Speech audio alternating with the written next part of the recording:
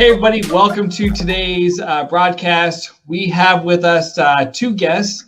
We have Rosemary Ford. She is our Director of Interpreter Services here at St. Joseph Hospital, and also a member of our Diversity and Inclusion Council.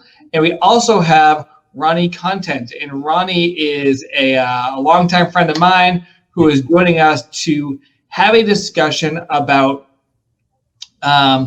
some of the barriers and challenges of folks in the queer, gay, LGBTQ community when accessing healthcare, and certainly when accessing healthcare, maybe in a Catholic hospital, Catholic health system.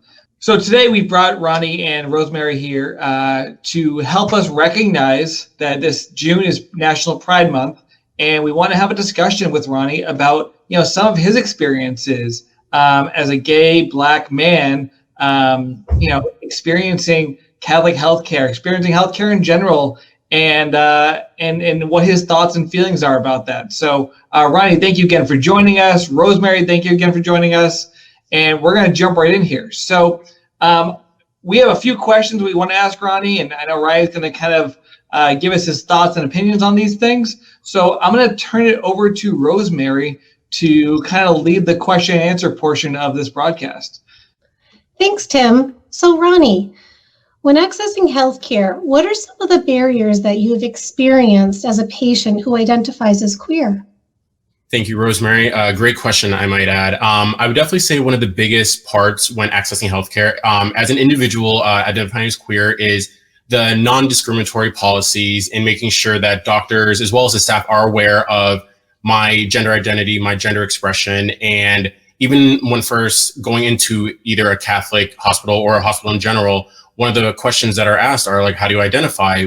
Are you this? Are you that? And already at the forefront, it's already out there that I am different, I am this, and therefore judgment and criticism, can already start building. And so when trying to match with like a specific doctor, and it's always like one of those secondary questions of, will this doctor accept me, or will this whole staff accept me?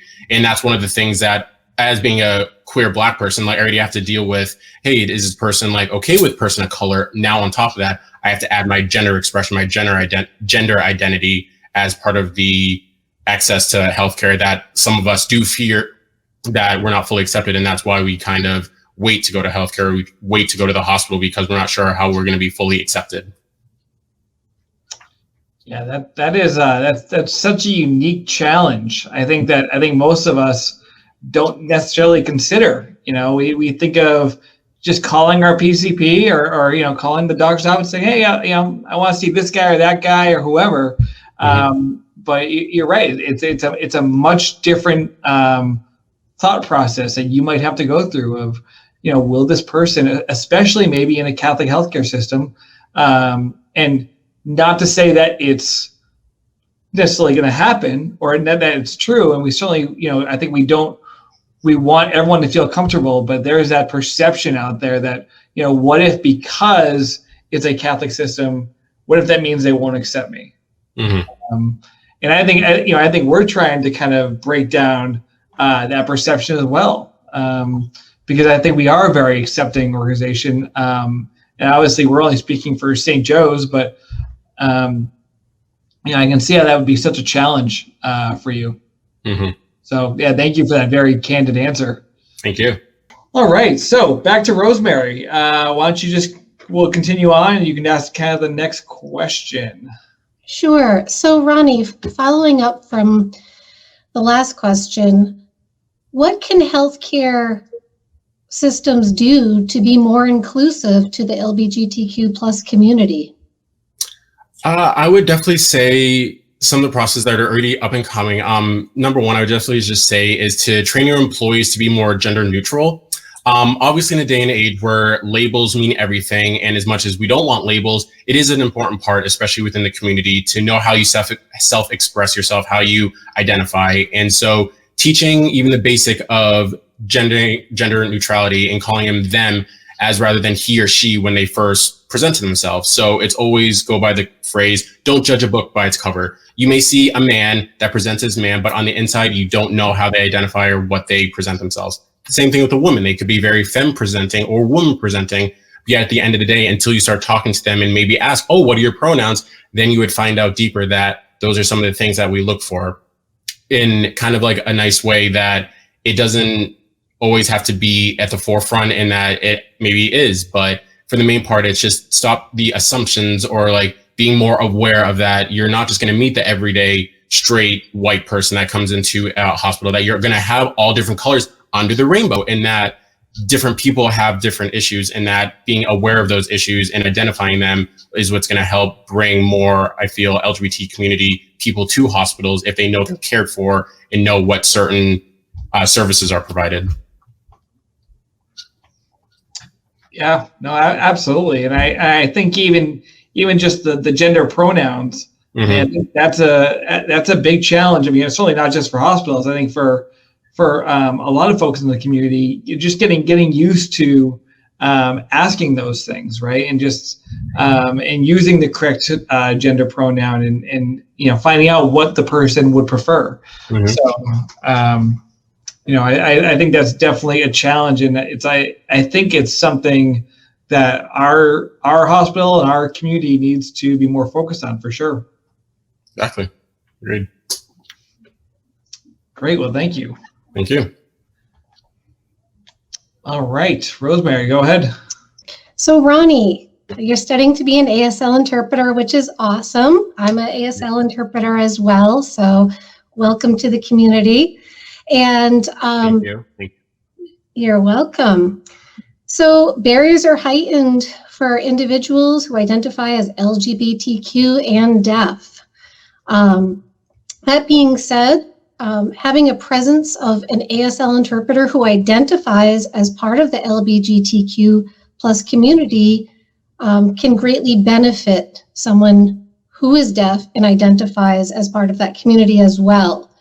What are some pros, cons, benefits to having an interpreter part of the LGBTQ community interpreting for someone who identifies compared to someone who does not?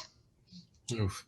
Good question. That's definitely a long one, but I guess to build it up a little bit, you already know yourself that being an ASL interpreter, that's already step one. You're already someone that's being the bridge of communication between the deaf and hearing community. So being someone to stand in that place and take on that role is already beneficial and a pro enough. Adding on top of that, and as I kind of explained with the intersection, you add the individual that's able to sign, okay, take that a step further, take the certain communities that are deaf as well. So you said LGBT. So having a interpreter that's part of the LGBT community can already add that comfort and that relaxation of, oh, okay, I have my interpreter here, but also they identify as queer, gay, or trans, and that already adds an extra layer onto the whole comfortability, and that I can be my open self and I don't have to feel like I'm hiding.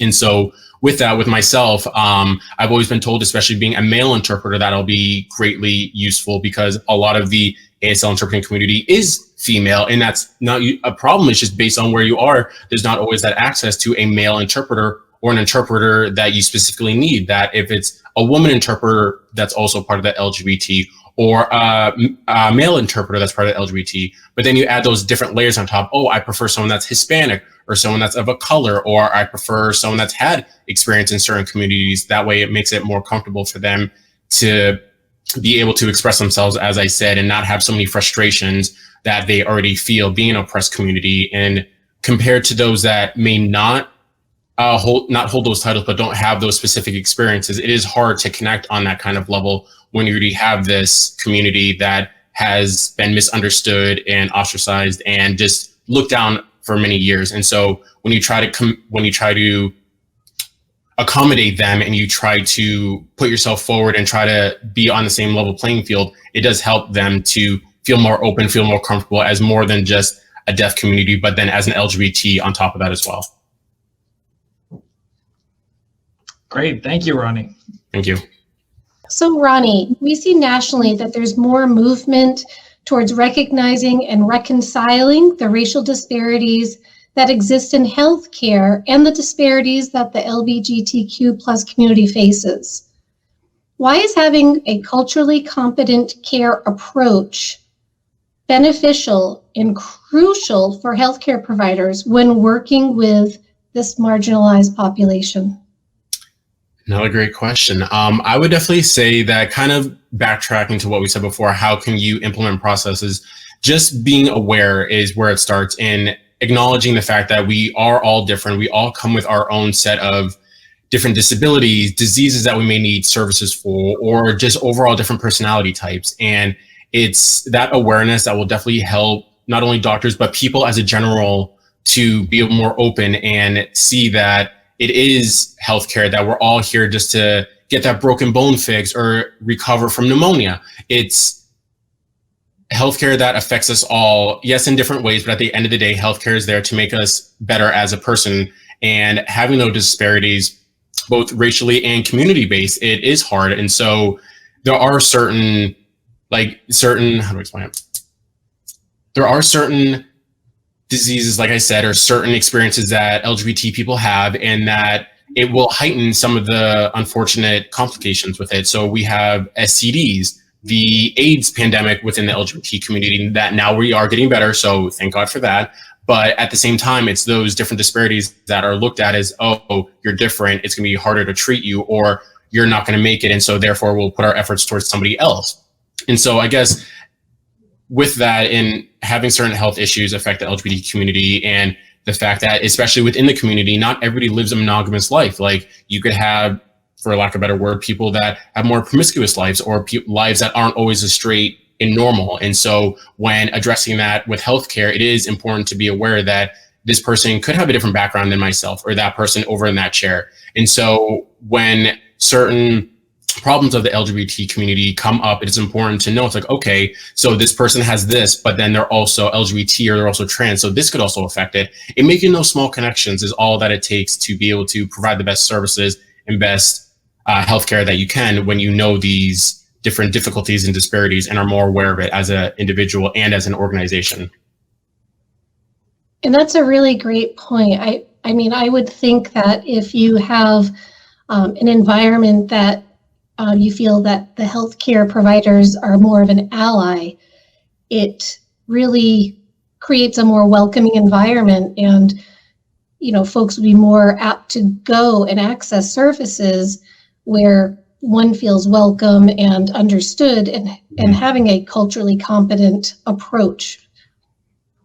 Agreed. Yes. Great. So Ronnie, like other minority groups, the LGBTQ plus community is often misunderstood, underrepresented, overlooked in the healthcare system. How can healthcare systems partner with the LGBTQ plus community to address disparities and inequities? I would definitely say just start locally and grow more. So I guess the quote you could think is, think globally, but act locally. You start with your own hometown, your own home city, and bridge out from there. So St. Joseph's Hospital, being in the community it's in, you branch out and find different LGBT communities that would maybe be landlines. So like, especially in New Hampshire here with Manchester, we have the Queen City Pride Committee and the nonprofit, excuse me. And so them already putting on Pride and having different Pride events, LGBT friendly events. So having them and their connections can definitely help out. Also with PFLAG and other New Hampshire based community organizations, you could reach out to different LGBT youth centers, and that would have them, ranting here, hold on, would have different outreaches for different communities around New Hampshire. So like I said, PFLAG and Queen City Pride, and then finding those smaller local organizations that help branch out, and that way you can spread throughout all of New England, or reach out to different other organizations, whether Catholic or any sort of healthcare organization, to better partner. And having more of those open-minded and fair questions to be able to visit, meet the doctor, having LGBT clinics to make themselves available and educate people to these different disparities and these different healthcare issues that some of us as a community can face. I'm looking at my notes for a second. Yeah, so just again, being that open-minded and awareness to reach out to those different organizations, however hard they may be, but it's just a click of a button away to find the organizations within your own community that you could help build and prosper and help build this connection between the healthcare and LGBT community. And that's great advice. If there's one thing I've learned being part of a variety of diversity and inclusion committees and council, both with the City of Nashua and at St. Joe's, is when working with vulnerable populations, folks who are there as allies should not be making the decisions, but working with the community that you're trying to help and promote to see what are the needs. And the grassroots approach is the best approach. Agreed, very much so. So Rosemary, since you are the director of our interpreter services program here at St. Joseph Hospital, as well as the chair of the Diversity, Equity, and Inclusion Committee, could you tell us a little bit about what St. Joseph Hospital is doing to promote an inclusive environment for all members of our community, regardless of gender or identity? Can you tell us a little more about that? Sure, Tim. I've been a member of our committee for over 10 years, and I've been the chair for the past 2 years. And one thing that we've changed in the past few years is we've started to open up the committee to the community. So I'm really proud that we have local organizations who have representatives that are a part of our council.